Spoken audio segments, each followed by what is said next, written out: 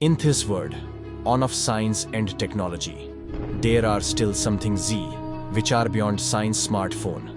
सन computer से भरी इस दुनिया में, विज्ञान से भरी इस दुनिया में, आज भी ऐसी कई चीजें हैं जिनका कोई साइंटिफिक एक्सप्लेनेशन नहीं है, यानी आधुनिक विज्ञान आज भी नहीं समझा सकता। उन सारी मिस्ट्रीज में से सबसे मिस्टीरियस चीजों को मैं आपको दिखाता हूं। ये सब चीजें आज के टेक्नोलॉजिकल दुनिया में रहने वाले लोगों को भी चौंका देती है। ये चीजें टेक्नोलॉजी के परे। Let's explore the mysterious ocean area. सितंबर 8, 1980। 1.5 लाख टन लोहे के साथ डरबी शायद नाम का एक जहाज अपने डेस्टिनेशन की तरफ आगे बढ़ रहा था। टाइटैनिक से 2 गुना बड़ा और सबसे रिपीटेड जहाज होने के चलते जहाज के अंदर के लोग सपने में भी नहीं सोच सकते थे कि इस पावरफुल जहाज में इन्हें कुछ हो सकता है। पर एक दिन बाद सितंबर 9, 1980 को ये डर भी शायद जहाज और इनका पूरा क्यों एक रहस्यमय कारण के चलते समुद्र पर से गायब हो गया। उस समय की ये ब्रिटेन की सबसे बड़ी शिप थी। कोई नहीं समझा सका कि ये आखिर गायब कैसे हुआ। इतने एक्सपीरियंस ऑन्ड मेंबर्स के होने के बावजूद भी एक ऐसा जो कोई सोच भी नहीं सकता था कि इसके साथ ऐसा कभी होगा, वो आखिर कहाँ चला गया। जापान के पास ही ये जो एरिया देख रहे हो, आप इसी की बात कर रहा हूँ मैं। द मिस्टीरियस ओशन एरिया सुन के आपको ये लग रहा होगा कि यहाँ बरमूडा ट्रायंगल के बारे में बात हो रही है। बरमूडा ट्रायंगल में तो जहाज और एरोप्लेन्स तो गायब होती है, उसके बारे में तो सभी को पता है, पर इस एरिया के बारे में बहुत कम ही लोग जानते हैं। इसका नाम है ड्रैगन्स ट्रायंगल। इस रहस्यमय एरिया में हजारों जहाज और एरोप्लेन्स गायब हुए हैं। इतने गायब होने की घटनाओं को देखकर हर किसी को लगता था कि इस जगह पर जाकर इसकी रिसर्च करनी चाहिए कि यहाँ आखिर हो क्या रहा है। और इसी के चलते इस एरिया के बारे में और पता करने के लिए जापान की एक गवर्नमेंट शिप को भी भेजा गया था, ये जांच करने के लिए कि जहाँ से आखिर जाती कहाँ है। कई जगहों से रिसर्च टीम को बुलाया गया, 100 से भी ज्यादा वैज्ञानिकों को बुलाया गया जो इन सब पैरानॉर्मल चीज़ों में एक्सपर्ट थे। वो शिप पूरी तैयारी के साथ गई तो सही, पर वापस कभी नहीं आई, और कहाँ चली गई किसी को नहीं पता। मतलब समझ रहे हो कि रिसर्च करने वाली टीम भी वहां से गायब हो गई। उसके बाद गवर्नमेंट भी फिर से किसी भी शिप को उस जगह पर आज तक नहीं भेजी। विकिपीडिया में इस जगह के बारे में पढ़ोगे तो आपको ये पैरा देखने को मिलेगा। At this ship too and finally dead area was officially declared danger zone. मतलब उसके बाद इस जगह को ऑफिशियली एक डेंजर जोन घोषित कर दिया गया, जिसे समझना वैज्ञानिकों की भी बस की बात नहीं है। बिना उस जगह जाए सिर्फ सैटेलाइट और मैप से उस जगह की रिसर्च की गई। तभी ये पता चला कि ये बिल्कुल बरमूडा ट्रायंगल की तरह ही एक त्रिकोण बनाती है। पर ये तो बस शुरुआत है। सबसे अजीब बात यह है कि ये बिल्कुल उसी अलाइंड पोजीशन में मौजूद है जहां बरमूडा ट्रायंगल है। आप यहां देख सकते हो, ये दुनिया के इस साइड में है और वो दुनिया के उस साइड क्या, ये एक इत्तेफाक है। और इसी के चलते ये भी माना जाता है कि इन दोनों जगहों का आपस में कोई कनेक्शन है, क्योंकि ये कोई इत्तेफाक नहीं हो सकता और हर बार प्लेन्स गायब हो जाती है। इससे भी एक फॉक नहीं कह सकते। एक बार हो तो घटना, 2 बार हो तो घटना, 3 बार हो तो घटना, पर 1000 बार। यहाँ ऑब्वियसली कुछ ना कुछ तो गड़बड़ है जो अपन की गवर्नमेंट की एडवांस रिसर्च शिप को निकल गई। तब आप सोच ही सकते हो कि ये जगह कितनी खतरनाक है। इतने घटनाओं के बावजूद कई लोगों को लगता था कि ये सिर्फ बकवास चीज है और कई जहाज है वहां जाने की हिम्मत भी कर दी थी। पर जिसने हिम्मत किया वो कभी लौटकर वापस नहीं आया। पर यहाँ ऐसा क्या है जो यहाँ पर ऐसी घटनाएं होती हैं? बहुत सारी थ्योरीज यानी ऐसी बातें सामने आई जो ये समझाने की कोशिश करती हैं कि आखिर ऐसा क्यों होता है, जहां से आखिर कैसे गायब हो जाती है। जापानीज लोगों के एक ग्रुप का ये कहना है कि इस समुद्र के नीचे बहुत सारे अननोन फोर्स मौजूद हैं। पैरानॉर्मल चीजें रहती है जो कि इन जहाजों को गायब करती हैं। उनका ये कहना है कि यहाँ पर ड्रैगन्स मौजूद हैं जो जहाजों को निगल लेते हैं। अगेन सुनने में अजीब लगता है, पर जब ऐसी वेड घटनाएं होती हैं तो हमें विज्ञान की परे सोचने की जरूरत होती है। दूसरे ग्रुप का ये मानना है कि इस समुद्र के नीचे एक पोर्टल है जो जहाजों को दूसरे आयाम में खींच लेती है। ये पोर्टल सुरंग वाली थ्योरी का जिक्र बहुत लोगों ने बरमूडा ट्रायंगल के केस में भी किया है। थ्योरिस्ट्स का ये मानना है कि ये पोर्टल जहाजों और एरोप्लेन्स को एक दूसरे दुनिया में ले जाती है।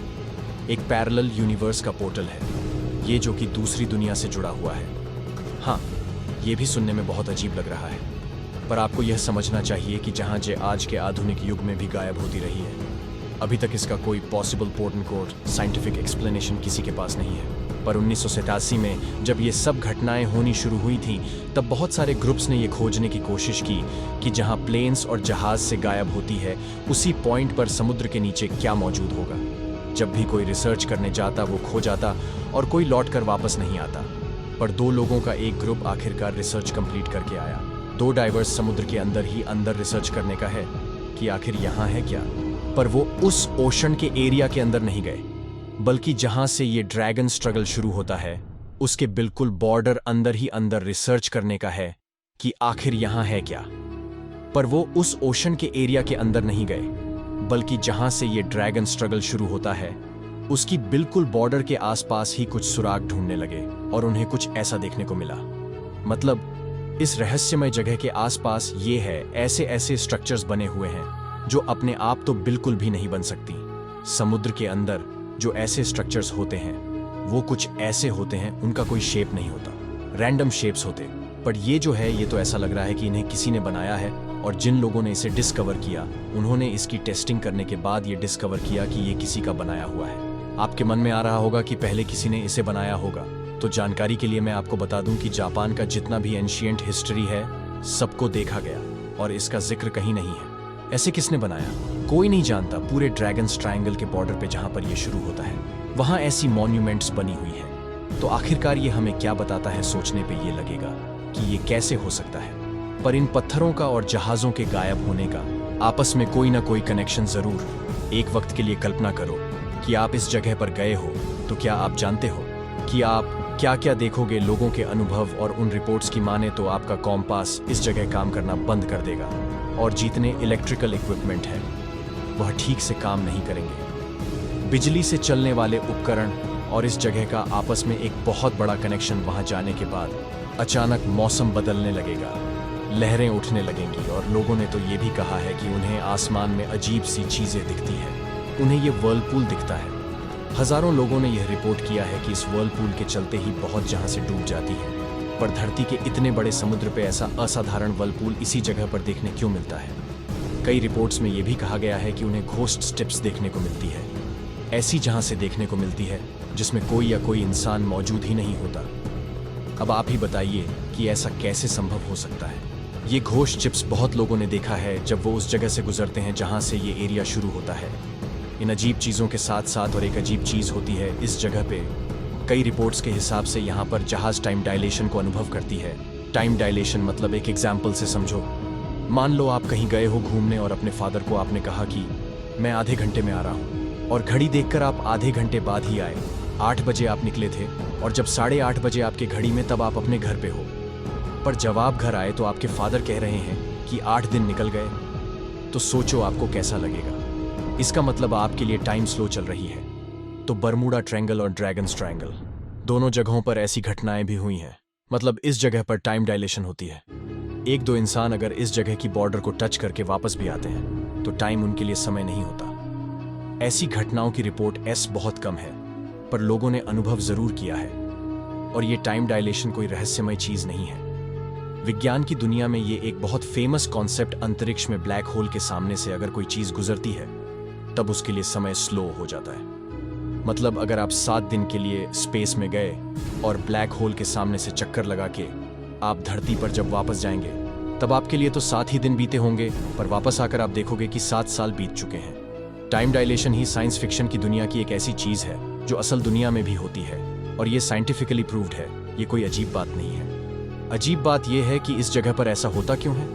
धरती पर इतनी एरिया में समुद्र का पानी है, पर पूरी धरती पे इन्हीं जगहों पर ऐसा क्यों होता है। फाइनल सवाल यह है कि ब्लैक होल वाली इफेक्ट इस जगह पर क्यों होती है, और यही वो वजह है जिसके चलते लोग इस जगह को समानांतर ब्रह्मांड यानी पैरेलल यूनिवर्स से जोड़ते हैं, और ये कहते हैं कि इस जगह पर कई अदृश्य सुरंगें मौजूद हैं जो सारी चीजों को निगल लेती हैं। बरमूडा ट्रायंगल और ड्रैगन्स ट्रायंगल ये दोनों जगह हैं दुनिया के उन जगहों में से है जहां विज्ञान चाहकर भी पता नहीं लगा पा रही कि आखिर वहां हो क्या रहा है।